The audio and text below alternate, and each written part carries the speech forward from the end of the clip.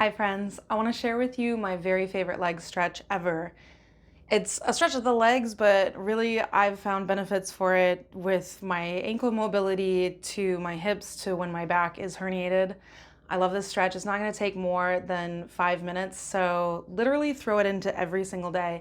And the only thing that you'll need is a strap. Anything can work for a strap. You can grab the tie from your robe, but what I do want it to be able to do is come into a loop. So if you want super colorful badass strap like this, it's linked down in my description. But otherwise, like I said, grab anything that's strap like, grab a belt and make it into a loop. This is a hack I learned one time and then I never really went back to just like holding the two ends of a strap. So make your strap into a loop, come to roll down to your back.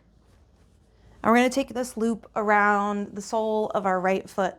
Now, the reason that I make it into a loop, and the beauty of these double D rings is that it's, plenty adjustable, is so that instead of holding on with my hands and, wearing out my grip, I'm going to hold on with something else. So I tend to go with crook of the elbow or crook of the elbows. You could make it a little longer, go around the back of your shoulder. You can make it a little longer, go around the back of both of your shoulders. Even the back of the head is fun. And maybe we'll throw that in at the end. But you're going to take your right foot up high to the sky with however you want to hold a bit of this support. For maximum length down in all of the muscles that attach into your hips, and that low back to be able to press into the floor, I would keep your supporting leg, right now your left leg, bent with the foot on the floor. But it can always be a really nice stretch to lengthen that leg. That's going to tilt the pelvis forward a little bit.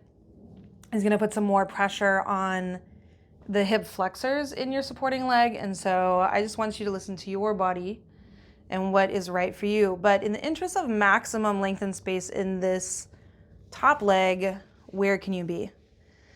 And take a few breaths as you just aim this foot up toward the ceiling. If your hamstrings or your hips are really resistant today, you might choose to bend your knee, or maybe you're just kind of out at an angle from your body. And this is all worth exploring anyways. So be somewhere where you can breathe. Then we're going to externally rotate in the hip joint. So I'm going to start to bring my right leg out to my right side, and I can move anywhere from an inch off center to an inch above the floor.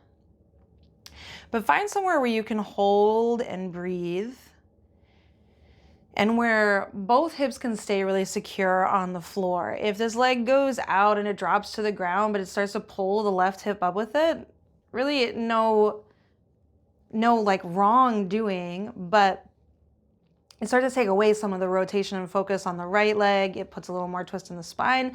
And so we want the spine fully supported and only the leg moving here, to the best of its ability. Then come up through your center, and we're going to cross center just a little bit. So I always switch my hand on my strap.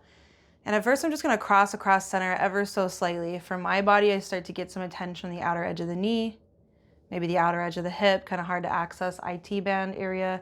And then I'll let my hip lift, and I'll kick my foot slowly across the body to twist, right? Twist as deep as you want to in the spine. And really in the consideration of all of these attachments in the leg. Again, your supporting leg can be a bent knee, it can be a straight leg. You can change and modify that, but we're going to take another breath. Let it ring out. And then come back up to your center. Change your foot that's in your strap. Change your foot in your strap, adjust your hold, make it yours, and then check back in with where this foundation leg goes. Because I always like to remember that even though two sides of the body, oftentimes can look alike, they rarely act alike. So different capacities to different joints, current past injuries, conditions, different mobility of muscles, even different organs on different sides. So it might be a different sensation, and maybe you want to have a bent knee, or you want to extend the leg and kick your dog. Take a deep breath. And then we're going to externally rotate, sending that foot out a little bit wider. And again, as wide as you want to go before the right hip tries to lift and help too much, so that we're really coming from the rotation in that floating legs hip joint. And there's a little bit of effort to be here, but you are really relying on the support of your strap. Come back up through your center. Now you might change the hand that's on your strap, and you're just going to cross center a little bit, just for a moment. Pause. Notice the attachments on the outer edge of the hip. If this feels good, of course you can linger in any of these longer, and then we're going to twist. Twist easy. Take your left foot over to kick to your right side. Your shoulders feel like a good anchor, and you breathe.